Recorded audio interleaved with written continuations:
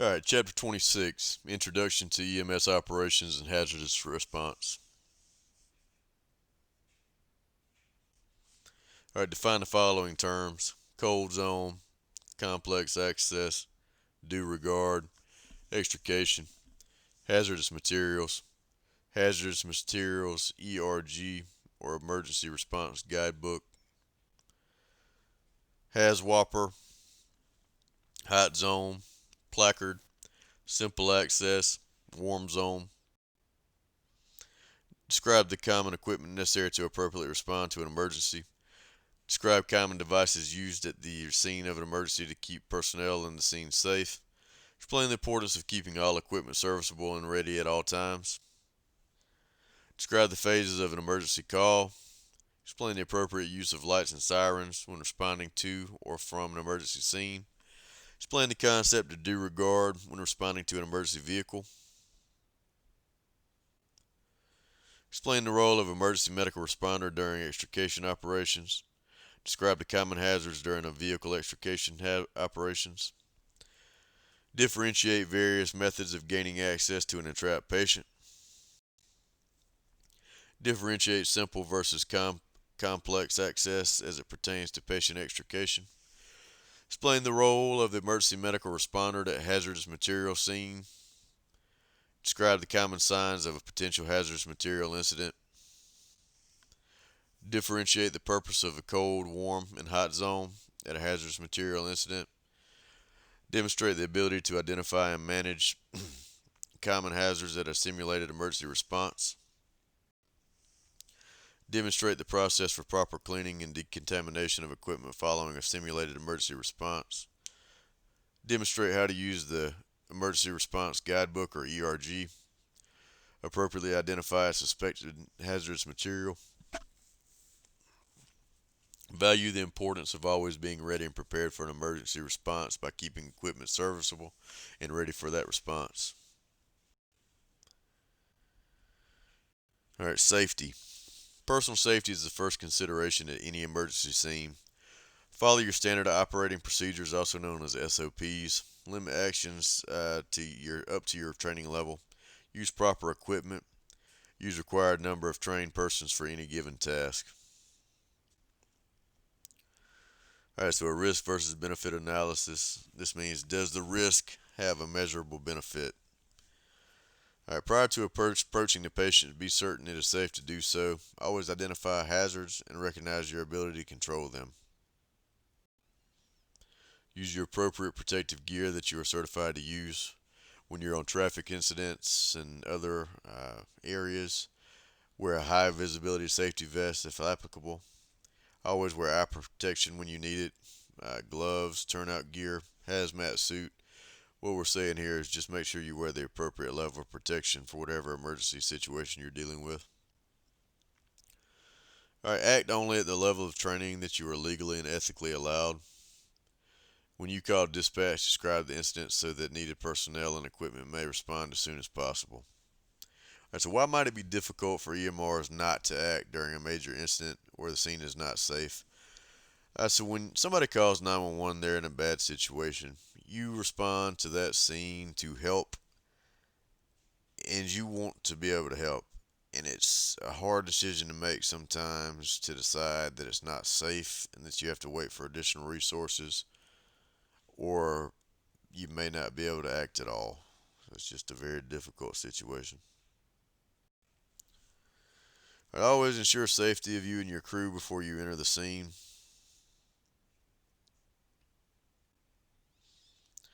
Alright, so think about it. You decide to eat your lunch while parked by a local pond. While enjoying the view, you notice a teenager visibly distressed in the water. You dive in and attempt to swim to the victim, who is 100 yards offshore. Alright, what was the motivation and thought process behind such an action? You saw somebody that was in distress and you took off after him. That was your motivation. Alright, why might this type of response be counterproductive to a rescue effort? You may overestimate your ability to rescue this individual. 100 yards is a long way to swim. especially given that on the way back you're going to be swimming with another individual. That individual may very well panic when you arrive, and at that point you may have two people that need rescuing instead of one.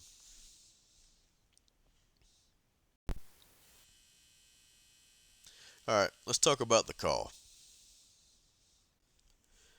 Now, there's 6 phases to every emergency call. You've got preparation, which occurs, uh, any given time prior to the dispatch. After preparation, you have dispatch. After the call is dispatched, you go en route to the scene. Then you arrive at the scene. Then you deal with transferring, triaging patients. Then you've got the after emergency phase.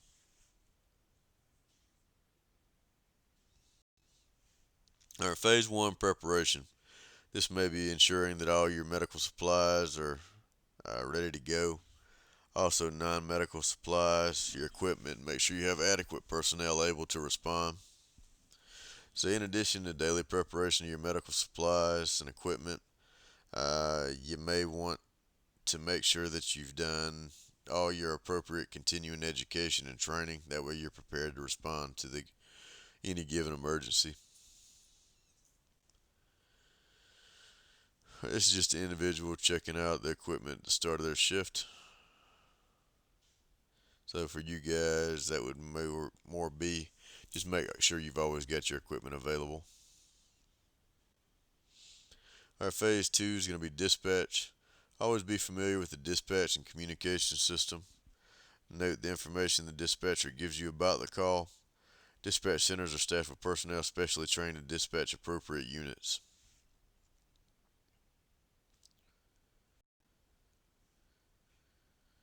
Alright, en route to the scene.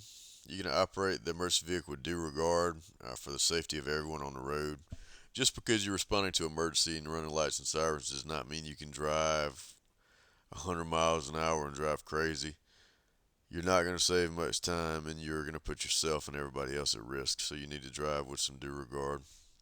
Emergency lights must be on for all emergency responses. What this means is if you're driving in emergency mode, if you're driving faster than normal traffic and you're driving with sirens on, you must have your lights on as well. Sirens are also going to be used when traffic is an issue. If you have your lights on, you're going to use your sirens. Use that hand in hand. You can't use one or the other. All right, have essential information about the call and available.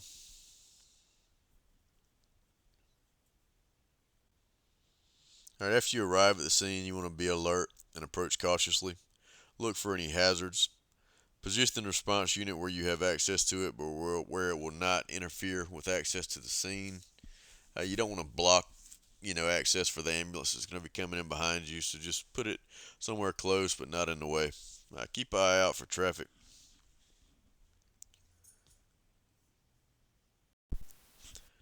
All right, arrival at the scene. Always notify the dispatcher of your arrival. Provide additional information once you arrive at the scene. Size up the scene and ensure it's safe. Put your PPE on. All right, look for MOI in traumatic scenes or determine if there is a medical emergency. Stabilize any vehicles that may be involved. Determine if multiple casualty incident or a MCI. If it is, determine the number of patients. Evaluate your patients quickly to determine if they're high or low priority. This is what you would call triage. Right, transferring patients. EMRs are going to help carry, lift, load patients, and assist in preparing for transport. Provide transporting personnel with accurate account of the patient's status. All right, after the emergency, you want to prepare for your next call. You're going to need to clean, disinfect equipment, restock supplies, refuel the emergency vehicle, complete paperwork and file reports. You also might want to participate in a debriefing depending on the incident. You're going to notify your dispatcher that you're back in service and ready for another call. Alright, so you're dispatched to a pediatric arrest. The roads are icy and you are driving in what you consider to be a safe speed for conditions. Dispatch requests that you expedite, and your partner yells you to step on it. What do you do? In a situation like that, you've got to drive in a way that's safe. It's a terrible situation. There's a pediatric uh, individual that's down, supposedly in cardiac arrest, and I know you want to get there as soon as you possibly can. However, if you wreck on the way there, you're not going to be able to get there at all, and you're not going to be able to help save that individual. So the best practice is to drive safely, and if it takes you, an additional 20 seconds to get there, you're better off still. All right, motor vehicle collisions. Specifically, when you arrive at the scene of a motor vehicle collision, you want to make sure the scene is safe, ensuring that no one else is hurt. Request additional resources as necessary.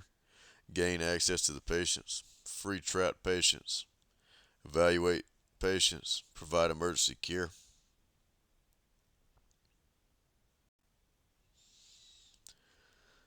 Alright, so you want to move patients who are in danger from fire, explosion, or other hazards. Remember, those are emergency moves, and we're going to move them without worrying so much about their spinal immobilization and stuff like that. You just got to get them out of the way. Determine which patients may be moved so care can be provided for more critically injured patients. First step is to secure an area around the scene so you can safely work.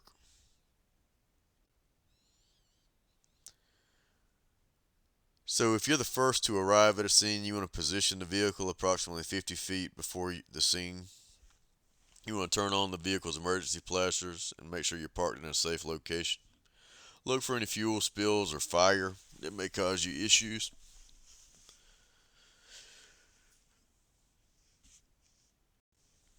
Alright, set out emergency warning devices such as cones, flashing lights, and flares. Thing to keep in mind with flares, if there is gas or other type of fuel present, flares can definitely be a problem. They can ignite whatever fuel may be leaking from the vehicle.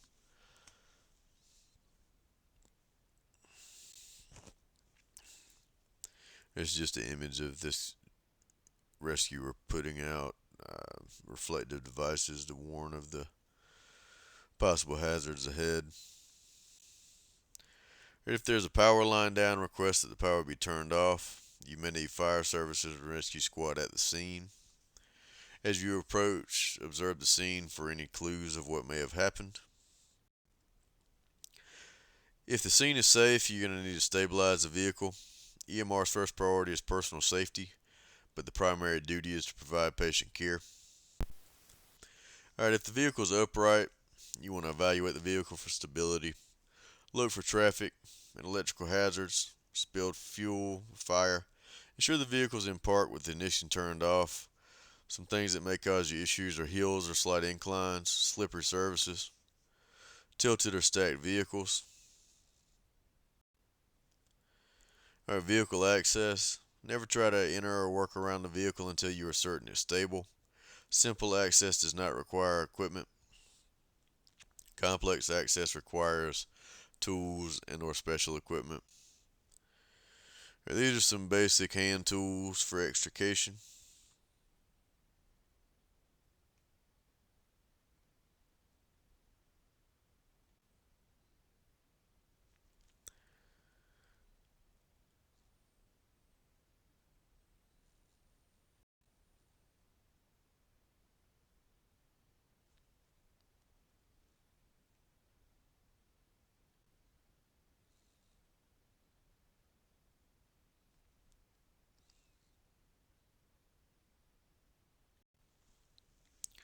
Alright, to gain access through vehicle windows, use spring-loaded center punch on the rear or side window of the vehicle.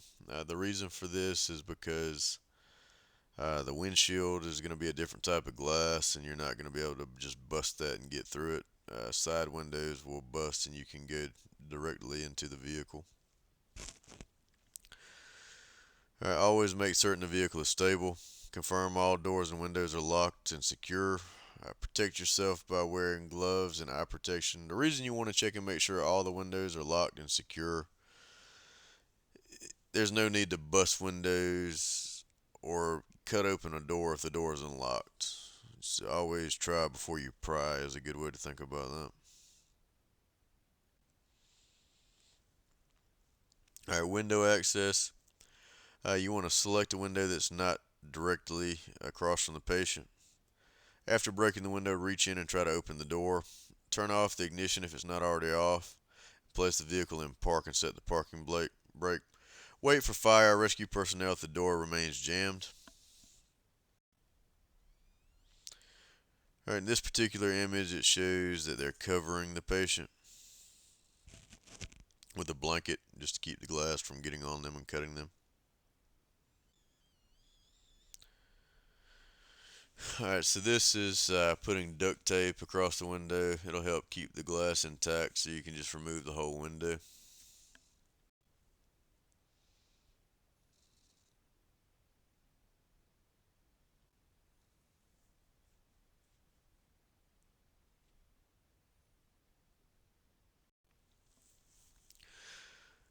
Never try to ride an overturned vehicle. So if the vehicle's on its side, stabilize with tires, blocks, lumber, wheel chocks, cribbing, or rocks. Use a strong rope or line to tie the vehicle to secure objects such as a tree or a guardrail. Attempt to gain access to occupants of the vehicle. If you open the door, tie it securely open. Don't set it in a situation where it's going to fall and close on someone. It's just an image of them tying the vehicle to two large trees. Patients pinned beneath vehicles. You always call for a rescue squad immediately. Do not attempt to enter the space to remove the victim until the entire vehicle is stable.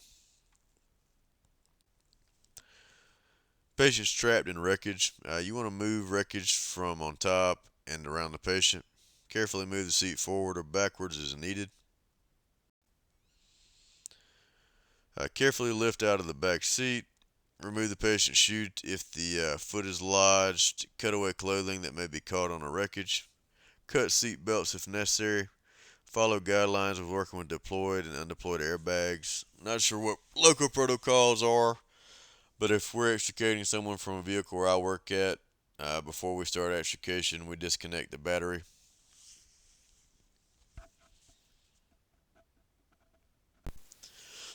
Alright, here's a scenario. Upon arrival at a MVC, you see flames coming from the hood of a vehicle. A single occupant driver yells that his door is jammed and the other door is wedged against a concrete barrier. Your partner suggests breaking the window to extricate the patient, but you do not have personal protective equipment. What are your immediate actions? You got to do a risk analysis. You got to determine if it's safe to remove this individual. If you think it's reasonably safe for you and your partner to remove them from the vehicle, go ahead and extricate. If you are putting yourself in inherent danger, you're just not going to be able to rescue them at this time. You need to check and see when appropriate personnel is going to be there and if you're going to have time to get them out or not. Building access. All right, unless trained in fire and rescue operations, you're not expected to know how to enter and make your way around empty or abandoned buildings. Request additional resources if needed. Open and enter through open doors or windows first. Look for or ask somebody for a key. Break glass to unlock doors or windows.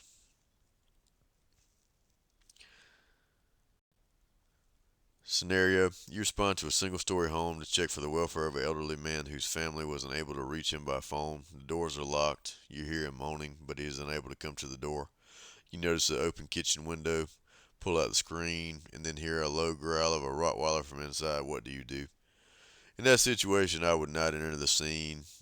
I'm not going to put myself at risk to be attacked by a dog. I'm going to call for additional resources and just let the individual know that I'm outside and we're going to get to him as soon as possible. All right, hazards. Fire is a major hazard. Firefighting requires special training, protective clothing, and the right equipment. Usually more than one firefighter.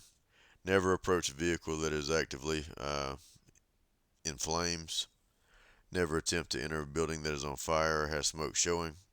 Never enter a smoky room or building or go through an area with dense fire.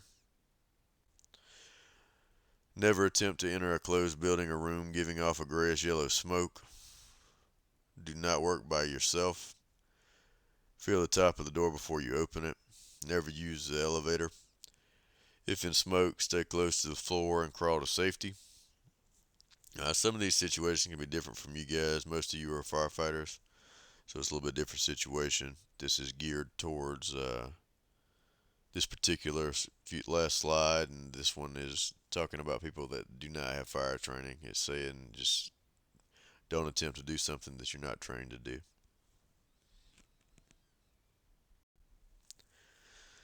All right, natural gas. You always want to make sure you move the patients away from the area. Keep bystanders away from the scene. Alert dispatch. Request that gas in the area be shut off or diverted. Evacuate the building immediately.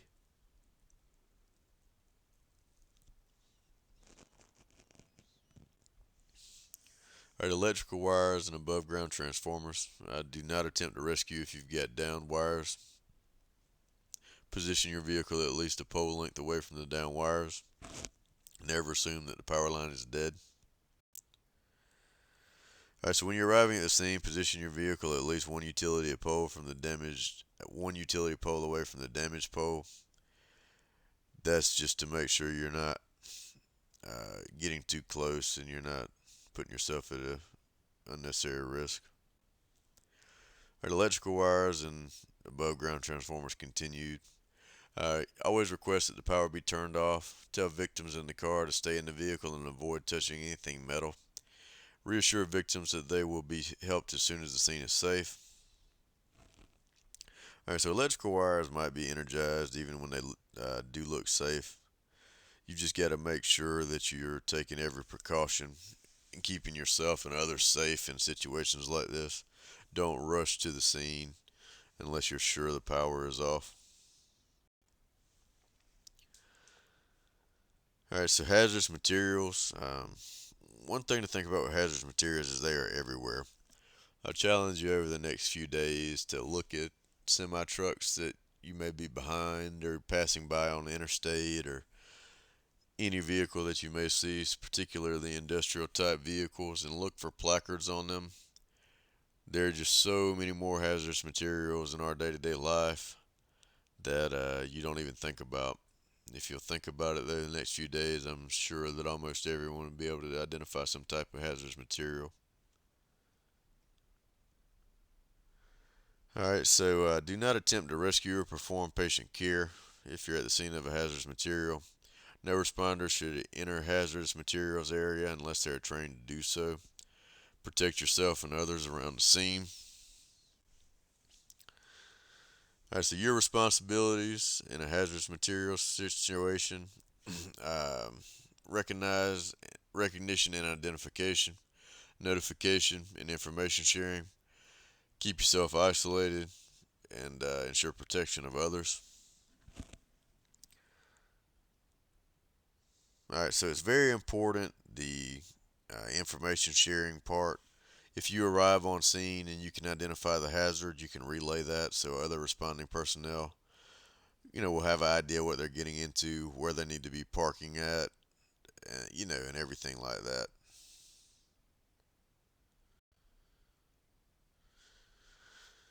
This is just an image of a typical DOT hazardous material placard.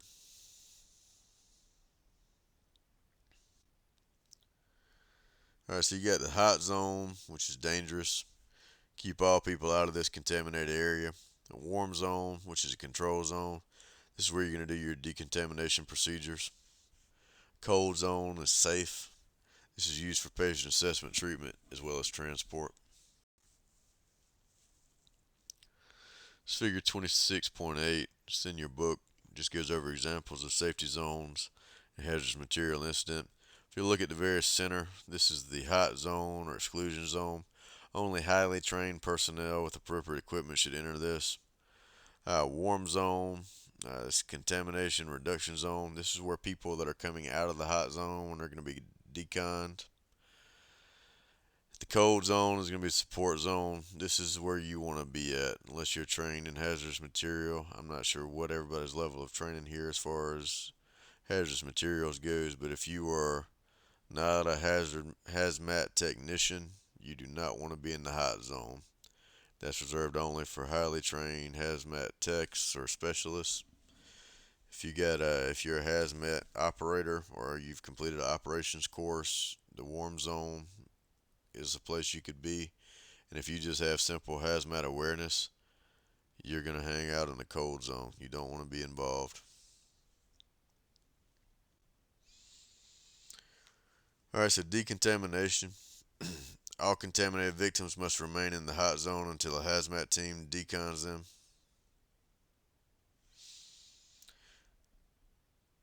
All right, so decontamination is the chemical or physical process used to remove and prevent the spread of contaminants from emergency scene to prevent harm to living beings and the environment.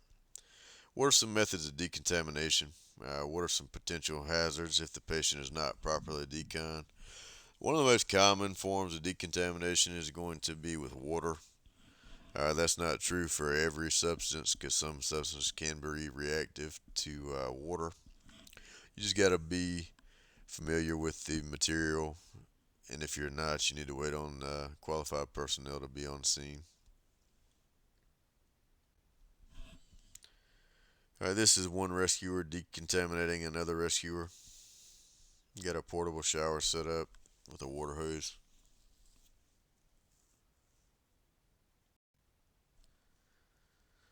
All right, so always stay clear of collisions involving radioactive materials. The first duty is to protect yourself from exposure.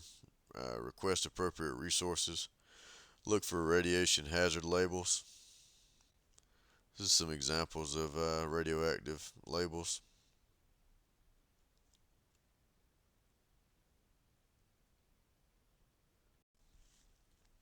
You respond to a single vehicle MVC on the highway where a tanker truck carrying 24,000 pounds of ammonium nitrate rolled over into the median following a blown tire.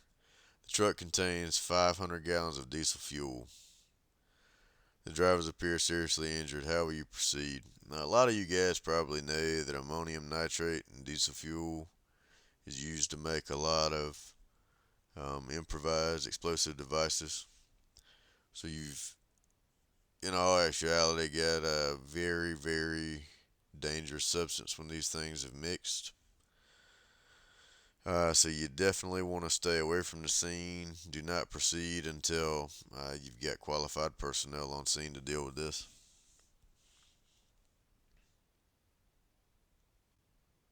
All right, summary.